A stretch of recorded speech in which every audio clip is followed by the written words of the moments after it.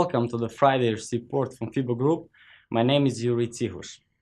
The focus on Friday's trading day will be on data from labor market in Canada. Unemployment in Canada since last year did not exceed 7.2%. The July number for May, which was 7.1%, caused concern amongst market participants. Traditionally, such statistics can trigger high trade activity. It is important to note the fact that Canadian dollar turned around against a downtrend for March this year. It is important not to exclude speculative interest to the Canadian dollar.